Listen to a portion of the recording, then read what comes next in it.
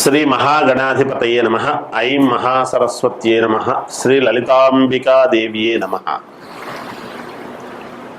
ఈ క్రోధీనామ సంవత్సరము సహజంగా 12 రాసుల వాళ్లకు కూడా ఎలా ఉంటుంది అనేటువంటి దాంట్లో పండుగ రోజు అందరికీ తెలియజేసుకున్నాం. కానీ అన్ని రాసుల వాళ్లకు కూడా చిన్న చిన్న ఇబ్బందులు ప్రతి వాళ్లకు ఉంటాయి సమాజంలో.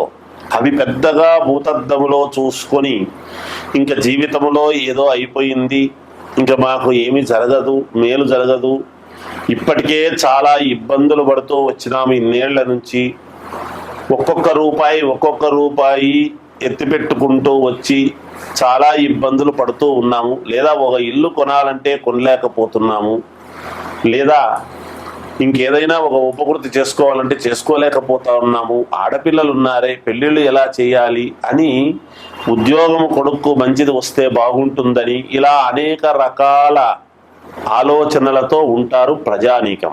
సహజం అది. అయితే అన్ని రాసుల వాళ్లకు కూడా చాలా అనుకూలముగానే ఉన్నది. చిన్న చిన్న లోపాలు ఉంటే దాన్ని ఏదో మామూలుగా సర్దిద్దుకోవచ్చు. ప్రతిదీ డబ్బుతోనే సమస్య కాదు. ముందు మానవత్వం అనేటువంటిది చాలా అవసరం సమాజంలో. దాన్ని చూసుకొని ముందుకు వెళ్ళాలి. అందువలన ఇప్పుడు ఈ రాశి ఫలాలు అన్నీ కూడా ఎవరెవరికి ఎలా ఉన్నాయి, ఏ రాశి వాళ్ళకి ఎలా జరగబోతుంది ఈ సంవత్సరం అంతా అనేటువంటి విషయాన్ని మనం ఇప్పుడు తెలుసుకుందాం. జయోస్తు. కన్యా రాశి వారికి ఈ క్రోధీనామ సంవత్సరములో ఎలా ఉండబోతుంది అంటే మొన్న ఉగాది పండుగ నాడు తెలియజేశారు.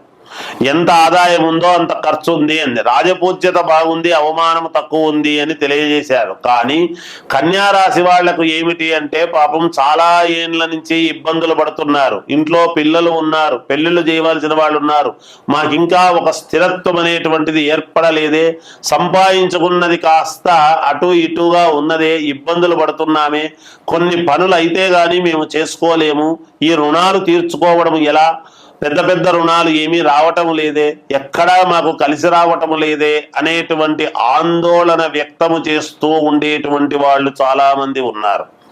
తప్పకుండా ఈ సంవత్సరము గ్యారంటీగా 100కి 100% కాదు కదా, 1,00,000% మీకు యోగం అనేటువంటిది ఉన్నది. తప్పకుండా మీకు అనుకూలమైనటువంటి వాతావరణముగానే ఉన్నది. మీ వ్యక్తిగతమైనటువంటి జాతకాలను పరిశీలన చేసుకొని ముందుకు వెళ్ళండి. చిన్న చిన్న ఇబ్బందులుంటే సవరించుకుంటేనే కదా మనకు మేలు జరుగుతుంది. కాబట్టి ఖచ్చితంగా సవరించుకోండి, ముందుకు వెళ్ళండి. తప్పకుండా విజయము మీ వెంటే ఉంటుంది. అప్పుడు 10 మందికి మీరే అన్నము పెట్టగలిగినటువంటి వాళ్ళు అవుతారుగాక. మీ మనస్సు చాలా మంచిది, ఎవరి దగ్గర చేయి జాపరు. ఎంత తెలిసిన వాళ్ళనైనా అడగలేక అడుగుతూ ఉంటారు. ఈ పని అయితే గాని మేము జీవితంలో ముందుకు పోలేమే అని మానసికంగా చాలా ఇబ్బందులు పడుతూ ఉంటారు. అవన్నీ పక్కకు పెట్టండి. తప్పకుండా గ్రహస్థితులు చాలా అనుకూలవంతముగా ఉన్నాయి. రాజకీయాలలో ఉండేటువంటి వాళ్లకు బాగుంది, సినిమా రంగములో ఉండేటువంటి వాళ్లకు అనుకూలముగా ఉన్నది, వ్యాపారాలు చేసుకునేటువంటి వాళ్లకు అత్యంత యోగదాయకముగా ఉన్నది, స్త్రీ వలన కలిసొచ్చేటువంటి అవకాశము ఉన్నది ఈ కన్యా రాశి వాళ్లకు. కనుక వ్యక్తిగత జాతకాన్ని ఒక్కసారి పరిశీలన చేసుకొని ముందుకు వెళ్ళండి.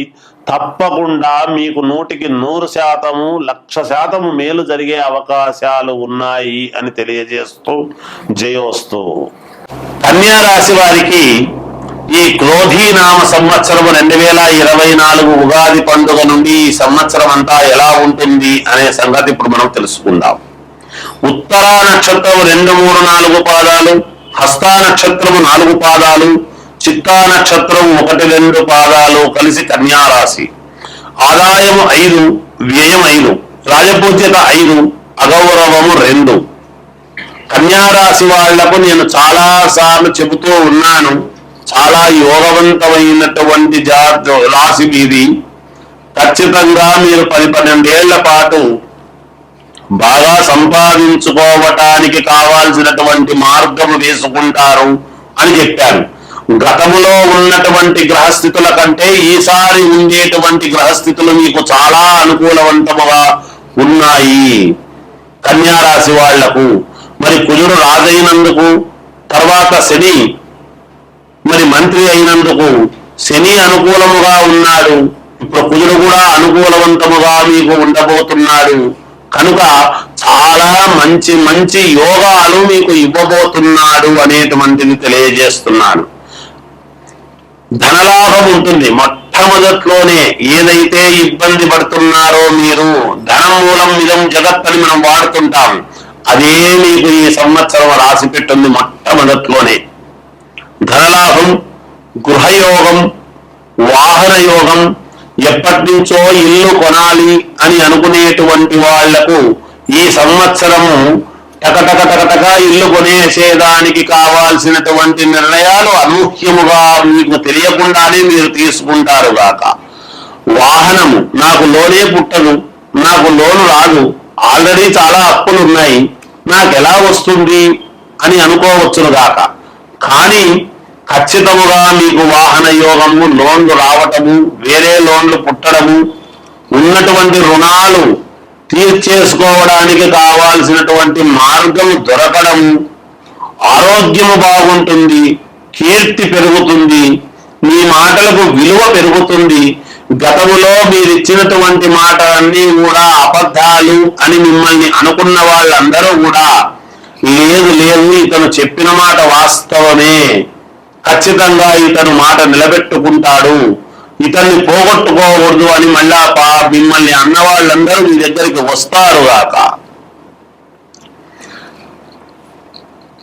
అలా రాజభోగాలు అనుభవించటం అనేటువంటిది జరుగుతుంది ఈ సంవత్సరము. కొంతవరకు గౌరవం పెరుగుతుంది, రుణాలను తీర్చుకుంటారు గాక మీరు. ధనధాన్య వృద్ధి ఉంటుంది. ఒకవేళ రైతులు గనక ఈ రాశి వాళ్ళు ఉన్నారు అంటే ధనము, ధాన్య వృద్ధి రెండు కూడా ఉంటాయి. స్త్రీ సౌఖ్యం ఉంటుంది.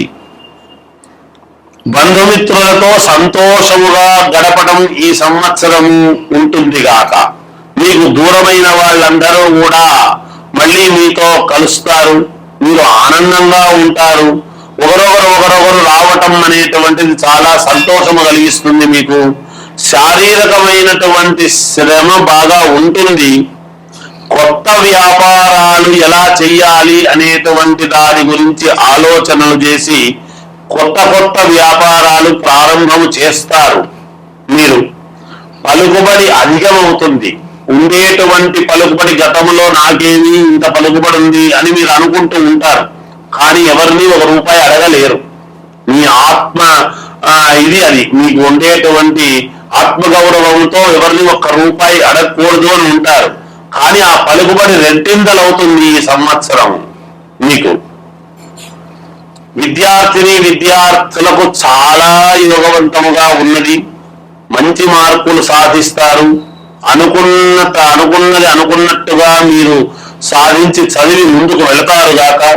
సినిమా వాళ్లకు చాలా యోగవంతముగా ఉన్నది.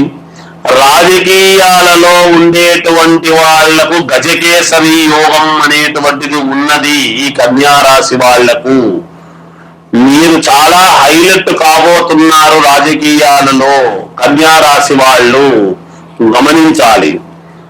అలాగే ఏది ఏమైనా వ్యక్తిగతమైనటువంటి జాతకాలను ఒక్కసారి పరిశీలన చేసుకోండి, మేలు జరుగుతుంది.